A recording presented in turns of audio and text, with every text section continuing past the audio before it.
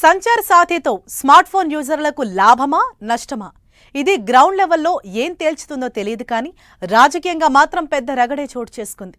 పార్లమెంట్లో అధికార ప్రతిపక్షాల మధ్య ఈ యాప్ గురించి వాదోపవాదాలు జరగగా ఐఫోన్ మేకర్ యాపిల్ సంస్థ ఈ యాప్ని తమ ఫోన్లలో ప్రీ ఇన్స్టాల్ చేసేందుకు నిరాకరించినట్లు ప్రచారం సాగుతోంది. ఇంతకీ ఏంటి సంచార్ సాథీ యాప్? ఎందుకీ గొడవ? Watch the story.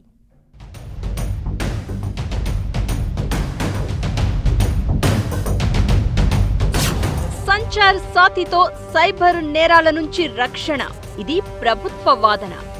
मुझे फ्रॉड से प्रोटेक्ट करने के लिए, मुझे चोरी से प्रोटेक्ट करने के लिए ये ऐप है. డేటా చోరీ, వ్యక్తిగత గోప్యతకు భంగం, ప్రతిపక్షాల సాధారణ జనం వాదన. This will be the biggest offline and online protest in the world if the government does not withdraw this communication. Sanchar Saathi app ఫోన్లలో ఉండాలా వద్దా అనే అంశంపై రాజకీయంగా రగడ చోటు చేసుకుంది. ఇది ఖచ్చితంగా దేశ పౌరుల స్వేచ్ఛకి భంగం కలిగించే అంశంగా ప్రతిపక్షాలు చూస్తూ ఉండగా, అసలు ఈ యాప్ అనేది తప్పనిసరి కాదు అని, కావాలంటే వెంటనే డిలీట్ చేయవచ్చని కూడా కేంద్ర మంత్రులు చెప్తున్నారు. जब आप फोन खरीदते हो तो उस पे कई ऐप्स आ जाती हैं, जैसे गूगल मैप्स भी आ जाता है. अब आपको गूगल मैप इस्तेमाल नहीं करना है तो आप डिलीट कर लो. अगर आपको संचार साथी इस्तेमाल नहीं करना है तो डिलीट कर दो. इसका मतलब ये ऑप्शनल है सर. ऑब्वियसली डिलीट कर सकते हो आप, कोई प्रॉब्लम नहीं है. तो बात का बतंगड़ एक मिनट, वही तो हर भ्रम को मैं तोड़ने की कोशिश कर रहा हूँ. ये कस्टमर प्रोटेक्शन की बात है और हर भ्रम को मैं तोड़ने की कोशिश कर रहा हूँ. आपको डिलीट करना है तो आप डिलीट कर दोगे आप. అయితే కేంద్రం దేశంలో విక్రయించే అన్ని కొత్త స్మార్ట్ ఫోన్లలో సంచార్ సాథీ యాప్ను ప్రీ ఇన్స్టాల్ చేయాలంటూ ఆదేశాలిచ్చింది. దీంతోనే అసలు రగడ ప్రారంభమైంది. ఫోన్ వినియోగదారుల డాటా చేతులు మారుతుందనే ఆందోళనలు వ్యక్తమయ్యాయి. అటు పార్లమెంటులో కూడా ఇదే అంశంపై ప్రతిపక్ష పార్టీలు గగ్గోలు పెట్టాయి. కాంగ్రెస్, శివసేన, యూబీటీ, టీఎంసీ చర్చకు పట్టుబట్టాయి. దీంతో ఉభయ సభల్లోనూ గందరగోళం నెలకొంది. కాంగ్రెస్ పార్టీ వాయిదా తీర్మానం కూడా డిమాండ్ చేసింది. కొందరు అనలిస్టులు కూడా సంచార్ సాథీ యాప్ కనుక ఖచ్చితంగా వాడాల్సిందే అని నిబంధనలు పెడితే దేశంలో పెద్ద ఆందోళనే వస్తుంది అంటూ హెచ్చరించారు. The Data Protection Act very clearly says that app data cannot be shared except when law enforcement agencies ask for that on the basis of they feel that there is some crime happening. Now this is a government data, it is government app, government data, and the government is the law enforcing agency. They can take anybody's data. They can say anybody that is under the cloud of suspicion and they can take their data. So the government will know where you are, who you are, and they can even snoop on the opposition.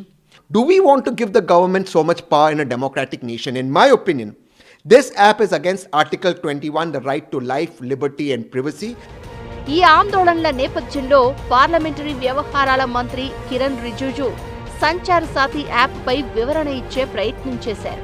Sanchar Saathi మీద చర్చకు ప్రభుత్వం వ్యతిరేకం కాదని, కానీ agenda ప్రకారం సెషన్లో 14 బిల్లులపై focus పెడదామని సూచించారు. అటు డిపార్ట్మెంట్ ఆఫ్ టెలికాం కూడా దీనిపై స్పందించింది. సంచార్ సాథీ కేవలం ప్రజల సైబర్ సెక్యూరిటీ కోసం ఉద్దేశించింది మాత్రమే అని, ఇందులో ప్రైవసీ ఉల్లంఘన లేదు అంది. ఈ యాప్ యూజర్ డేటా రక్షిస్తుందని తెలియజేసింది. అయితే ప్రతిపక్షాలతో పాటు ప్రజా సంఘాలు, నెటిజన్లలో కొందరు సంచార్ సాథీ యాప్ ఫోన్ యూజర్ల కదలికల్ని, మెసేజెస్, కాల్స్ మానిటర్ చేస్తుంది అంటూ ఆరోపిస్తున్నారు. కాంగ్రెస్ జనరల్ సెక్రటరీ కేసీ వేణుగోపాల్ దీనిని ఇదొక డిస్టోపియన్ టూల్ అని, ఇది ప్రతి భారతీయుడి కదలికలను నిఘా పెట్టే ప్రయత్నంగా వర్ణించారు. It's an attack on privacy of the common people of this country. So actually, basically, this is an attack on constitution also. ఇంతకీ ఈ సంచార్ సాథీ యాప్ ఎలా పనిచేస్తుందని కేంద్రం చెప్తుంది అంటే, సంచార్ సాథీ యాప్ ఫోన్లో ఇన్స్టాల్ అయిన తర్వాత IMEI నెంబర్ CEIR తో అనుసంధానమవుతుంది. IMEI అనేది ప్రతి మొబైల్కు ప్రత్యేకంగా ఉండే 15 అంకెల international mobile equipment identity number. CEIR అనేది ఒక కేంద్రీకృత డేటాబేస్. చట్టబద్ధంగా తీసుకున్న ప్రతి మొబైల్ వివరాలు ఇక్కడ రికార్డ్ అయి ఉంటాయి. ఫోన్ పోయినా, దొంగతనానికి గురైనా ఈ యాప్ ద్వారా బ్లాక్ చేసేలా రిక్వెస్ట్ చేయవచ్చు. తర్వాత సంబంధిత మొబైల్ IMEI ఎక్కడా పని చేయకుండా అన్ని నెట్వర్క్లను CEIR అలర్ట్ చేస్తుంది. దాంతో సిమ్ మార్చినా ఫోన్తో ఉపయోగం లేకుండా పోతుంది. ఈ ఏడాది జనవరిలో కేంద్ర ప్రభుత్వం సంచార్ సాథీ యాప్ను విడుదల చేసింది. ప్రభుత్వం చెప్తున్న దాని ప్రకారం ఇప్పటికీ సంచార్ సాథీతో 7 లక్షలకు పైగా పోయిన ఫోన్లు రికవరీ అవగా దొంగతనానికి గురైన 3.7 లక్షల ఫోన్లను బ్లాక్ చేశారు. 3 కోట్ల దొంగ కనెక్షన్లు తొలగించారు.